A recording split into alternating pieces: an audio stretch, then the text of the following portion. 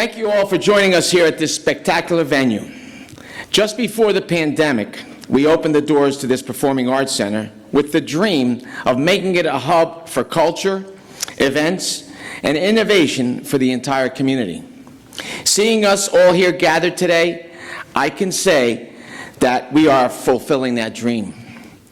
Middlesex County has been on a transformative journey over the last decade, centered on making strategic business decisions and investments that have a lasting, positive impact on those that live, work, and play in Middlesex County.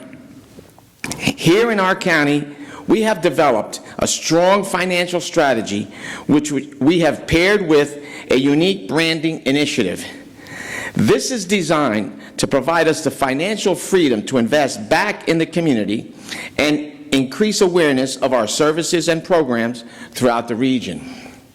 This morning, I would like to take you on that journey with me as we hear from those that have made it all possible.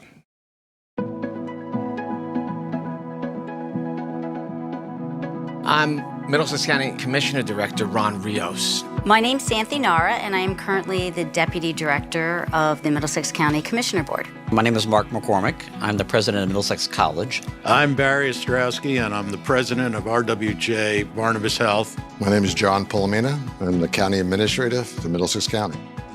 This is about a journey that we've been on for the last 10 years, with the dedication that we knew that there are no quick fixes. We can't just think about what's happening now. We have to think about how can we plan for future growth, smart growth, and making sure that we're making the investments in the right businesses and sectors. We recognize that good government makes good politics. My hope was to start to transform not only what we do, but the culture of how we do it. I knew we had a lot of debt, and I wanted to bring that down. I said we have to make every effort to somehow cut that debt, make sure that we don't cut services. They're important programs and services that we provide. We had to first make government work more like a business, understand the accountability we have to our shareholders, which are the residents. Second was to be able to introduce the technology to help people do their jobs more effectively. And the third is to really bring innovation and creativity. What we heard was, there was quality of service, but what are those services? There's a lot of lack of knowledge or understanding of what the county's role in all that was. I sat there thinking, why is it that I grew up here and I've lived here pretty much my whole life, and I never really paid much attention to the county? So we started talking about why is there that disconnect, that most people don't even understand what we do and who we are. We have a lot to show, and we have a lot to offer, and we should let people know that. About 3 years ago, we embarked on our marketing/rebranding story. And in order to do that effectively, we also had to bring the communications and public government affairs piece in together. People can't understand the role of the county unless they see and hear how it impacts them on a visceral level. And we felt that it was important to do that. Let's bring ourselves to another level. I want to make Middlesex County the best and the first to have any kind of program and services that's going to make lives better for our residents and visitors as well. The marketing strategy was probably the most critical piece of getting us out to have the public recognize the best kept secret of who is Middlesex County and what role they play in my life. We sat and we talked philosophically about what the county wanted to accomplish, and we have the benefit of a mission that aligns with effective government. Our mission is very simple: make the communities healthier. That's it. And so when I first met with the leadership of Middlesex County and I told them that's our mission, they said, that's our mission.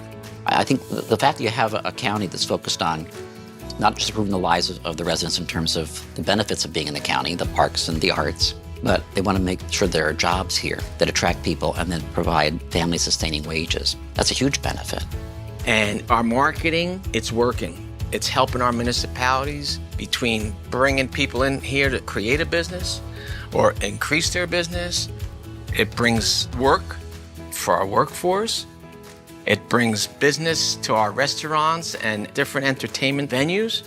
We're proud to say that we have a AAA bond rating today. Our debt is reduced by 50% from where it was. We have the ability now to make annual investments of over $60 million without borrowing a single penny. It's not that we weren't doing the work before, we just weren't making those connections. And I think more and more people are learning what the county government does. The culture now is that we don't stop, we don't look back, we look forward. With our latest commercial, we're leading together. It's the fact that the leadership comes from each and every one of us in different ways. And if you could harness that, you get the very best out of everyone. It's about getting Middlesex County's vision out there in the world. We want to be the place that residents know they can go. I do believe that Middlesex County is leading together. Leveraging that diversity and leveraging the large amounts of opportunity is going to be a model for other counties. We're here to make it better for the community, for all of us, for the people we serve. And the best way of doing that is leading together. You lead by, in fact, encouraging people to be with you. Without trust, there's no progress. And without trust, there's no leadership. And so when you lead together, what you effectively do, in my view, is that you create a platform of trust so that the people you're leading feel as though they're actually a partner in the leadership. I met a colleague recently, the new president of one of the community colleges in Pennsylvania, and when she heard where I was from, she said, "I've seen your ad." She said she'd never been to a place where the county featured the college in an ad. I think the fact that the county is broadcasting its feel and its mission, and we're included as part of that, it's just huge. It's really resonating and taking off like a wildfire. People from out of county were even saying, "Hey, I saw your advertisement. It was really good. I didn't know that you guys had this to offer." When I got off the plane and I saw the Middlesex County ad, I'm laughing out loud, under my mask, but I am proud. I have a brother who's a surgeon up in Boston, and he called me one day and said, "Why am I seeing advertisements for Middlesex County on my local TV?" And I said, "Because we're aiming for you guys. People there need to know they can come here and they can have a better lifestyle, and the kind of jobs that you all have up there." Advertising and marketing, to a great extent, is about building morale in your employees. I don't think anyone gets a kidney transplant because they saw a billboard. But if I work for that organization, I get to say, that's us. And I think it's the same with some of these things on the Middlesex County marketing. That's us. We're that county that has all these attributes. And what's interesting is when you start building those little successes, it becomes contagious. We want to support all our local businesses. We want to support the current residents. We want to bring in new families, new people. We want to do all of that, but we want to celebrate everything that we've been in the past and where we're going. I can tell you that I think, and I'm familiar with many counties in New Jersey, and at the risk of making some friends into enemies, no county does it better than Middlesex. And when we can work together, we can accomplish so much more. Instead of trying to isolate ourselves and doing things ourselves, it's really not productive. And that's why I believe that county government has a major role in making a positive difference in people's lives. My name is John Pallone, Santhi Nara. Mark McCormick. Barry Ostrowski. Ron Rios. and we're leading together.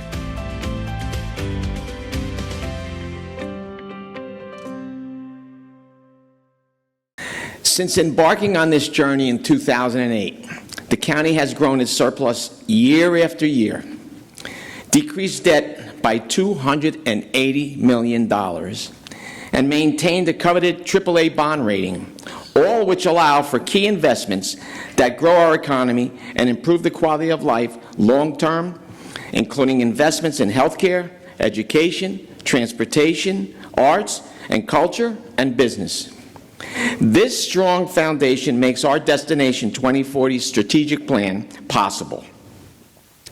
This planning effort, spearheaded by the Department of Transportation and Office of Planning under the leadership of County Commissioner Kenny, envisions a future that connects the county to its neighbors, both geographically and culturally.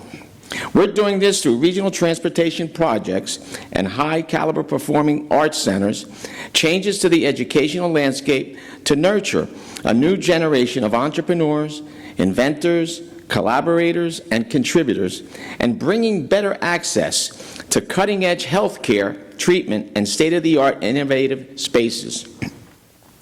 In 2020, the county committed $25 million to the Jack and Cheryl Morris Cancer Center, which, when completed, will be New Jersey's first and only freestanding cancer hospital.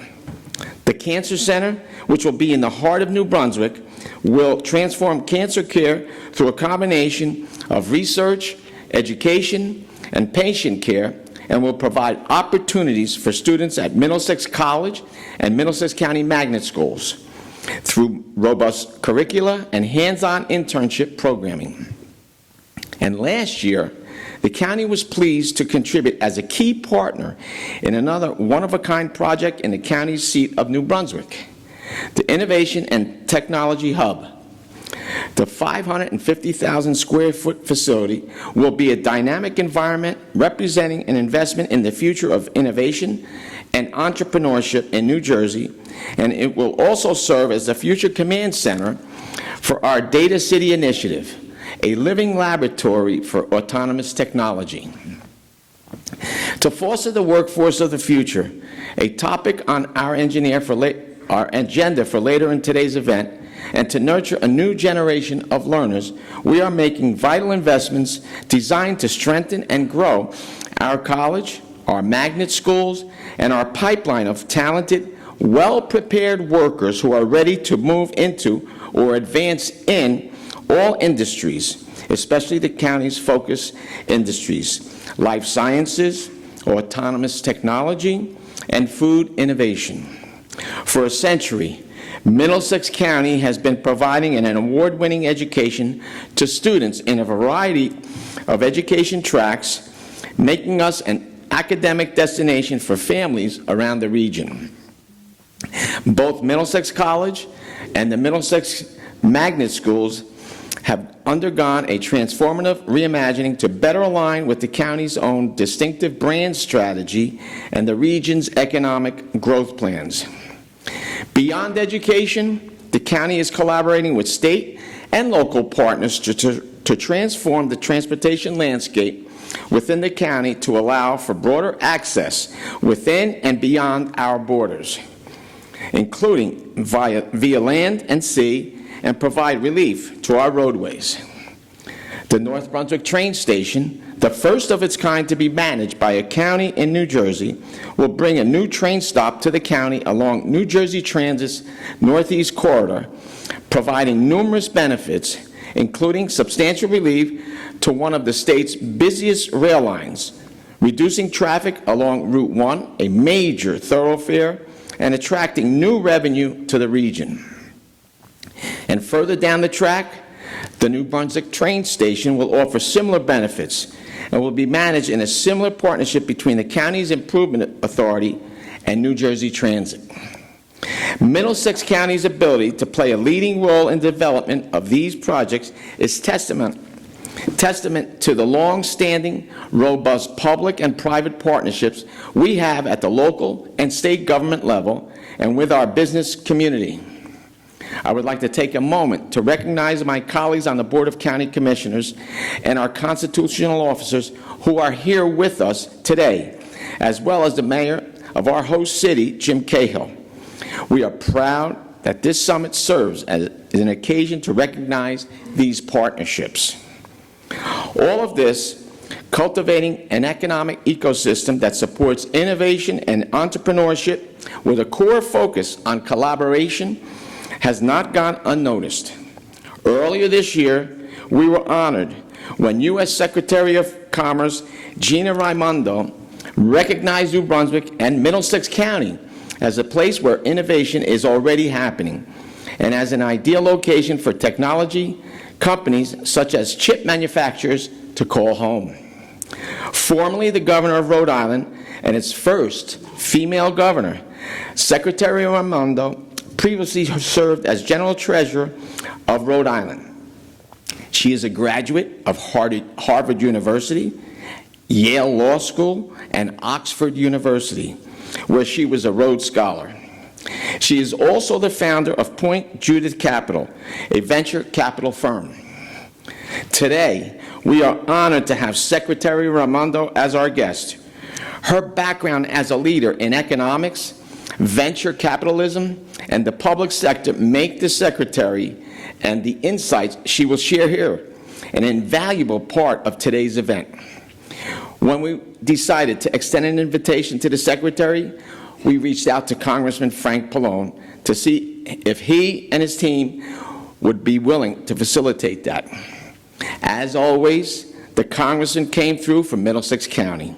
This comes as no surprise, as throughout his career in public service, Congressman Frank Pallone has proven himself to be a dedicated advocate for the people of his congressional district.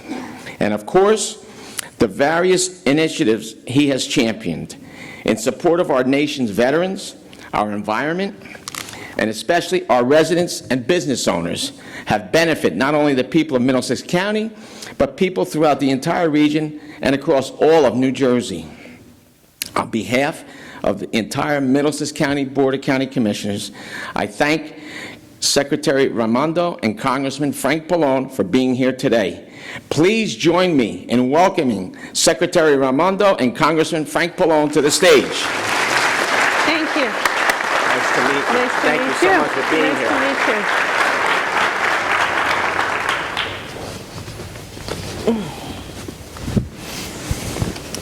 Thank you. Thank you, Ron. Thanks for all that you do. I want to, of course, thank Ron and the Middlesex County Board of Commissioners and all of you involved in this Middlesex County Business Summit for all that you do. I'm going to, basically what this has been designed as a fireside chat, I guess, Madam Secretary. And so I'm not going to do much of an introductory speech, but I do want to say a few things about the Secretary, because she is so wonderful. She was here, I don't know, I guess about a year and a half ago. We went to Rutgers when she was promoting the CHIPS and Science Act, and we went to the Rutgers Robotic Lab, and then we had a wind energy roundtable after that. And when we asked her to come, we specifically talked about the hub, the New Brunswick Research Center, as a place that would have particularly relevance to what she's trying to do with the CHIPS and Science Act, and we're still hoping that we can get some funding for that in accordance because of what New Brunswick and Middlesex County are doing. But I want you to understand that when I talk about this CHIPS and Science Act, which is the focus of our discussion today, it wouldn't have happened without her. She was, I guess, I don't know how to describe it, the main person that was out there trying to convince the Congress, both the House and the Senate, to pass it. We were just talking about how we had a forum with both Democrats and Republicans before August, and it was amazing to me at that forum how she was able to convince some of the key Republican members of the House to support the legislation. Very soon after, the bill was moved in both the House and the Senate and became law. And now, of course, she's in the process of implementing it as the Secretary of Commerce. So I wanted to start out, if I could, by asking you, when the President signed the CHIPS and Science Act, which dedicates about $52 billion for American semiconductor research, development, manufacturing, workforce development, Madam Secretary, how will this legislation strengthen our economy and national security? Tell us a little about it. So first of all, thank you, Congressman, for having me, and hello to everybody. My brother went to Rutgers. So I have a lot of fondness for Rutgers and New Jersey. And Chairman Pallone has become a great friend of mine. He says that it wouldn't have happened without me. That's a very generous assessment. I'm not sure if it's true. It is a fact that it wouldn't have happened without him. Because as chair of the Energy and Commerce Committee, he played a huge role. And it's important that you know that. I used to be governor of Rhode Island, and I know sometimes, folks might know, might not know exactly what you're doing, and you should know that he was in the ring fighting for jobs in New Jersey constantly, which is a huge reason that this passed. And it got done on a bipartisan basis, which I think is important. Not much happens in Washington on a bipartisan basis. And from the beginning, we were committed to making sure it had Republicans and Democrats, which it did. So I think it's a huge, huge piece of legislation. How will it help our economy? In a number of different ways. So first of all, I think we will create maybe 250,000 manufacturing jobs in America. And I think if he has anything to do with it, some of those will be in New Jersey, which is to say, we all know the story of American manufacturing.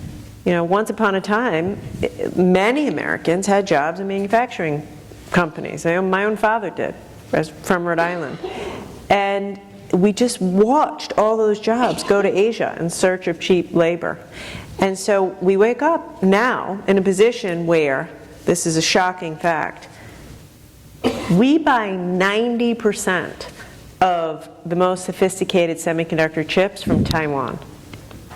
We don't make them in America, which is a scary thing if you think about it. So the opportunity here is to make chips in America, creating jobs in the process, and it's not just the jobs in the chip companies, it's all the startups that'll come around it, the supply chain, et cetera. So I think when history is written, 20, 30, 40, 50 years from now, it'll look back on this bill as a turning point and a real rejuvenation in American manufacturing. Well, I agree with you, and I really thank you for that you did not only to make sure that this bill passed, but also to implement it, because implementation obviously is so important, and most of that comes under the Commerce Department and your efforts. If I could just give us some examples of why semiconductors specifically are so important. I think a lot of people think of it in the context of automobiles, because we know the supply shortage of parts for automobiles, but there's so many other areas as well, right? Oh my gosh, totally. In fact, I don't think any of us, including me, realized how important semiconductors were until we lived through COVID. Yeah. I won't do a show of hands here, but so many people wanted to buy a car but couldn't, or had to wait because of lack of semiconductors, wanted to buy a new refrigerator, washing machine, dishwasher, but couldn't because of a lack of semiconductors. Every single piece of medical device, in a hospital, pumps, ventilators, pacemakers, has hundreds of semiconductors in them.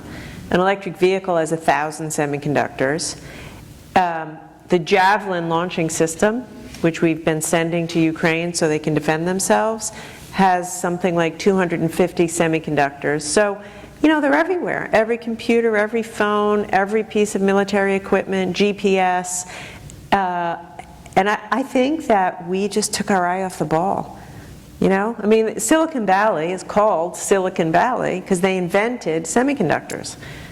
And then we just, once upon a time, not that long ago, we made enough chips here, we led the industry, and we just let it all go to Taiwan, Korea, and China. And we're now vulnerable, which is why this is such an important piece of legislation. Well,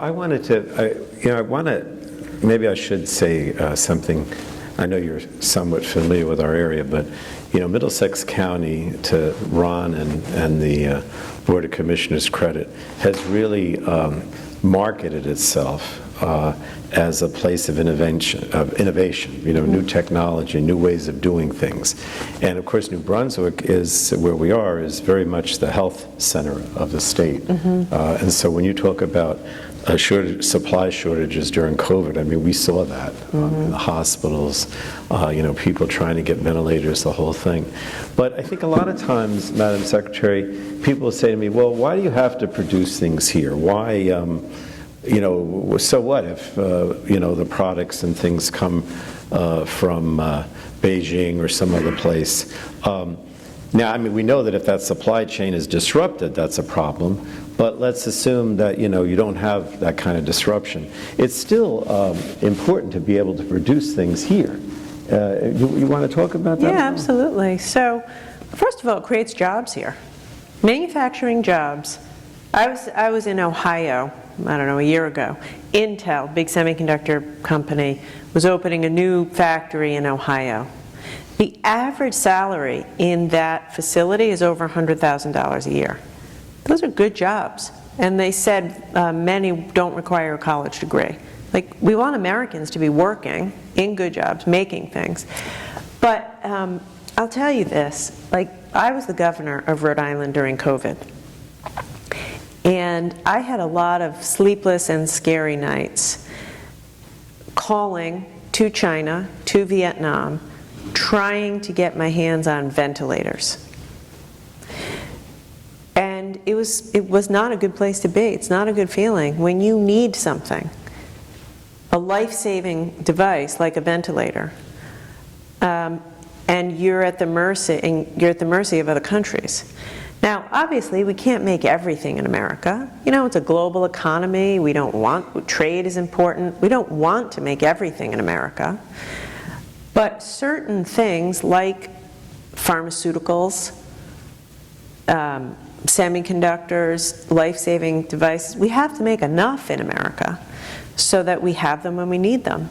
To me, and you and I have talked about this, that this is as much about our national security, protecting the people of America, as it is about our economic security. Yeah, I agree, and I also forgot to mention, of course, you know that our area here in Middlesex County, you know, is also a leader with the pharmaceutical industry. I mean, the Johnson & Johnson headquarters is literally around the corner, and it's not just J&J. I mean, there's still a lot of pharmaceutical, not only manufacturing, but research and, you know, making new things. Yeah, I'm glad you brought that up. I was going to mention it. When we were working on the CHIPS legislation, I received a lot of phone calls from pharmaceutical companies and life sciences companies urging passage because all of their new innovation requires semiconductors, like all of the data analytics that they're doing, the new kinds of synthetic biology is all underpinned with sophisticated artificial intelligence and such, which requires semiconductors. So for their own innovation, which of course creates jobs, they said this was a critical piece of legislation. And then, you know, another thing I wanted to ask you, and again, I guess maybe I don't know why I'm becoming devil's advocate here, because you and I are both such promoters of this legislation, but I do hear some people say to me, you know, why are we throwing money? Because, I mean, you know, when we talk about this $53 billion, a lot of it is grants or loans to companies to, you know, help them do things here as opposed to overseas. And people say, well, you know, you're just spending money. But I mean, I think the bottom line is that some of these other countries that compete with us, they, you know, they're very protectionist. They give a lot of money to the companies to locate there, and they give them all kinds of incentives. And so we have to provide some sort of incentive just to compete, correct? Yeah, absolutely. It's practical. You have to be practical. Truthfully, I don't love providing, you know, tax breaks to big companies either. If you didn't have to do it, you wouldn't want to do it. That's how I feel. It's probably how you feel, except we have to. Because, as the Congressman said, it is much less expensive to build a manufacturing facility and manufacture semiconductors in Taiwan, China, Malaysia, etc. And also, those countries are giving huge incentives to the semiconductor companies. Much, much more than we will, much more than $52 billion. So we have to do enough to compete. I think something that I would do, and there were a lot of long days in the process of getting this bill passed. And once in a while you would think about why it mattered so much. If you really think about the fact that this country doesn't make any sophisticated semiconductors in our country, and we buy 90% from Taiwan, that's a scary place to be.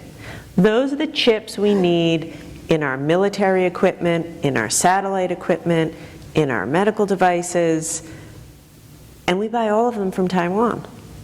You can't. It's irresponsible for us to know that, be in position to fix it, protect the American people, and not do something about it. So this isn't giving a tax break because we want these companies to get richer. In fact, and this is something that your congressman fought for, there's a lot of strings attached to the money. They can't use this for stock buybacks. They can't use this to pad their profits. They can't use this money to invest in China or build facilities overseas. This is specific with strings attached to make sure they build in America so we can secure our future. And, so far we've been talking about this CHIPS and Science Act, which the Secretary was so much a part of getting passed and was signed into law, I believe, in August. I was there, so I should remember when the President So hot, do you remember that? It was terribly hot. Oh, God.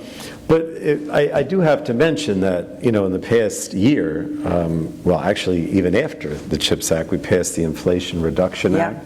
Yeah. And a year ago, we passed the bipartisan infrastructure bill. And all of these things are designed to not only bring back manufacturing and deal with the supply chain, but also increase funding for research, for innovation and technology. And that's why I keep mentioning the hub in New Brunswick, which is, we have so many research facilities. So not only the hub, but we have the new Cancer Institute that has a lot of research that's being constructed as we speak. So it's a combination of things. But I did want to talk about the transportation, because one of the things about New Jersey, and specifically about Middlesex County, New Jersey, as you know, is between the two large metropolitan areas, New York and Philadelphia. But Middlesex County is really the epicenter of the state, right? So there's a lot of advantages from a transportation point of view in bringing manufacturing research back here. Mm-hmm. So that infrastructure bill, which is also unfolding, that upgrades our transportation, mass transit infrastructure is also important. And I don't want to, you don't have to comment on that, but I just wanted to mention it. But I did want to say that, when we talk about innovation, that we're not just talking about the supply chain. We're also talking about research and development and things of that nature. So, and that's a big part of this bill. It's not just the chips, it's chips and science. So maybe you should talk a little bit about No, I appreciate you saying that. Here again, the U.S. used to lead the world, and we've, again, taken our eye off the ball. So we used to invest 2% of our GDP in research and development, and now we're down to under 1%. And we have to get back into the business of funding basic research. And so whether it's pharmaceuticals, biotechnology, artificial intelligence, anything, semiconductors, climate, renewable energy, all this new technology starts someplace in a lab. And then we have to go from lab to a pilot to at-scale manufacturing. But as the Congressman said, this is the CHIPS and Science bill because it provides for additional funding just for basic research. And I'm sure if we were to go talk to the researchers at Rutgers or the basic researchers at J&J, they would agree with that. A blockbuster drug, the vaccine, the Pfizer vaccine, Moderna vaccine, it started in a lab somewhere. And the United States of America led the world in having the most effective vaccine in record time because we care about basic research. So I think it's really important, and we have to continue to invest. It's interesting. I was just on the phone the other day with Nubar Fayan, Oh, yeah. who is the CEO or whatever of Moderna. I've known him for a long time because he's Armenian American. I've always done a lot with the Armenian community. But it's amazing what they did. It's amazing. It really is. But I just wanted, before we end, I don't know how much time we have left, but I wanted to, go beyond semiconductors if I could, because, as the Commerce Secretary, you're looking to promote domestic manufacturing, research, bring things back here, not just for semiconductors. And, we talked about the bills we already passed, but we could also talk a little bit about future legislation and future initiatives. And one of the things that I was pushing in the House Energy and Commerce bill, the House version was the America Competes Act. And there were two things in there that I think were important that we still would like to do. One is these targeted investments to strengthen domestic manufacturing. In other words, beyond the semiconductors. And I know that you've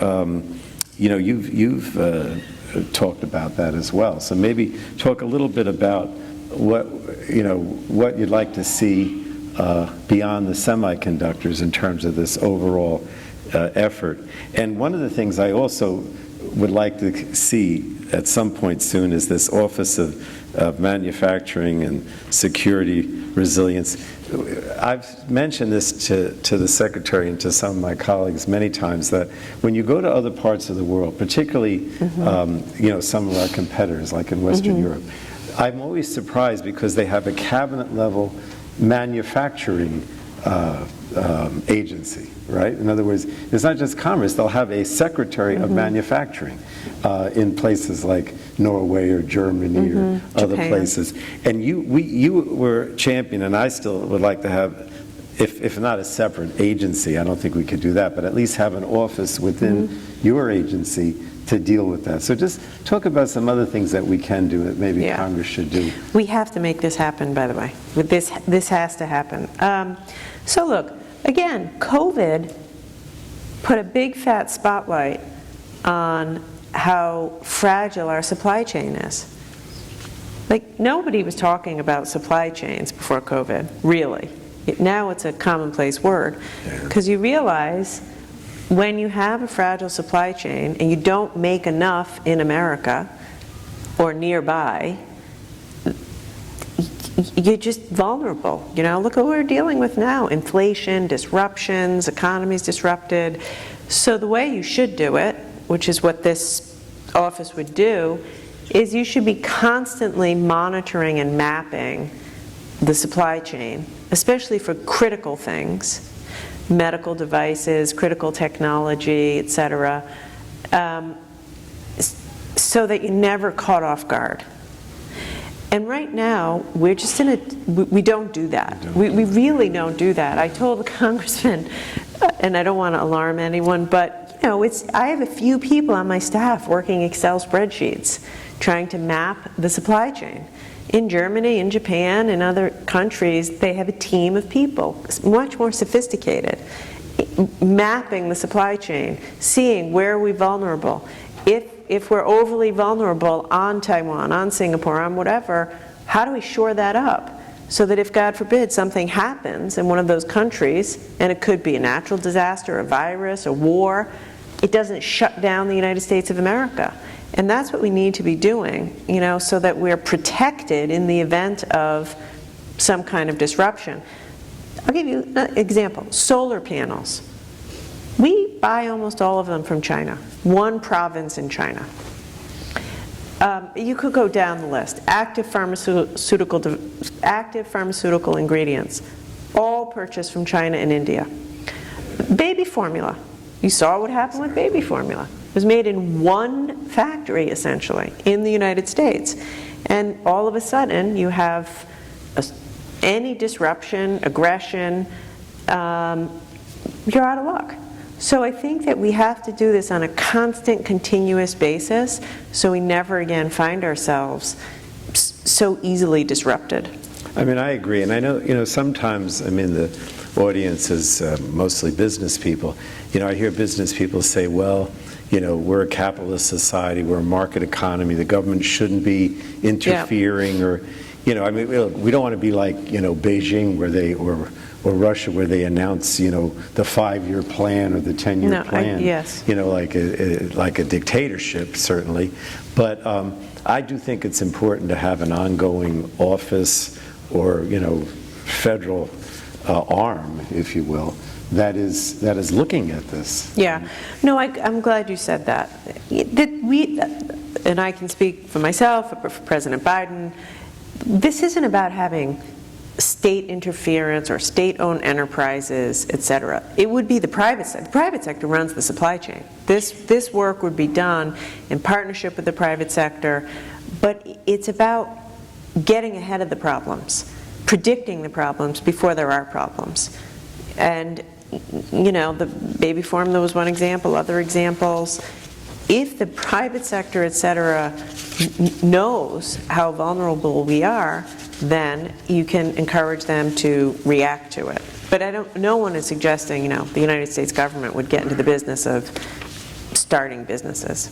And the last thing, because I think they're telling me, you guys telling me we're supposed to end? I It can't sounds say. that way. Oh, he'll give you one more, he One says. more. Well, the one thing I do want to say that, I mean, of course, we're always thinking that, that we have to be, I don't like to use America first, because that sounds like Yeah. sounds like someone I don't want to Yeah, mention. we're not going back. But in other words, we also have to think about, those countries that are allies versus those that are, enemies, or, I don't know how to describe it, dictatorships, communist, whatever. We're not suggesting that we don't want to work with our allies, right? In other words, we do have to make sure that, we're dealing with our NATO allies, with Japan, other market economies. So one of the things that you have done, though, and I do want to mention that it's in this CHIP bill too, is to make sure that we're keeping mind, that we're being mindful of that. I'm thinking of the bill that came out of our committee that dealt with Huawei. Huawei was is Beijing company, right? Yeah, totally. So totally owned by the Beijing government, that built these equipments, the communication network equipment. And one of the things that we passed out of the committee that she was also supportive of, that became law, was what we call a RIP and replace bill that would have the United States, take out that Huawei equipment and put in American, or at least equipment from our allies, and get our allies to do the same, so we're not dependent on countries that are our enemies, so to speak. And so in the CHIP bill, there is $1.5 billion for this public wireless supply chain fund, and also to promote O-RAN networks. And basically the idea is to have these communications networks and their equipment be either American or from our friends and allies, rather than Beijing or others. If you want to comment on that. I mean, that was incredibly well said. Again, this is scary, so Huawei and other Chinese-owned companies that are doing the work of the Chinese Communist Party, put their equipment into our telecommunications networks, routers and switches and such, which then of course gives them access to lots of information and an ability to do a lot of harm. So, but as you correctly say, it doesn't have to be all American. There are great companies in Europe that we can trust. At the end of the day, it comes down to trust. Working with our allies who share our values, who are committed to capitalism and a democratic form of government and openness and protect human rights. We want to do more work with our allies, but we do have to protect the American people from countries that don't share our values and who very explicitly have a strategy to undermine the United States. To me, it's not being, America first or whatever. It's about protecting the American people. And if we know there's a threat, we have to protect the American people from that threat. Just yesterday, for example, I hosted 20 Japanese business executives in the semiconductor supply chain. So not semiconductor companies, but they make like the chemicals and the substrates that semiconductor companies need. We want to do business with them, Japanese companies. Same thing with European companies, because we can trust them. But I think, President Biden has said to us, rebuild your alliances around the world. But I think it's pretty clear, if you look at what's happening in Russia and Ukraine, not everybody shares our values, and we've got to protect ourselves. Absolutely. Well, thank you so much. Really, thank you for coming. Thank you for taking an interest in what we do here in Middlesex County in New Jersey. And I know that as this unfolds, your work unfolds, we're going to be able to take advantage of it. So I think there's a lot here for New Jersey. And by the way, he's a lot of fun to work with too, so that's why we get a lot done. Thank you. Thanks a lot.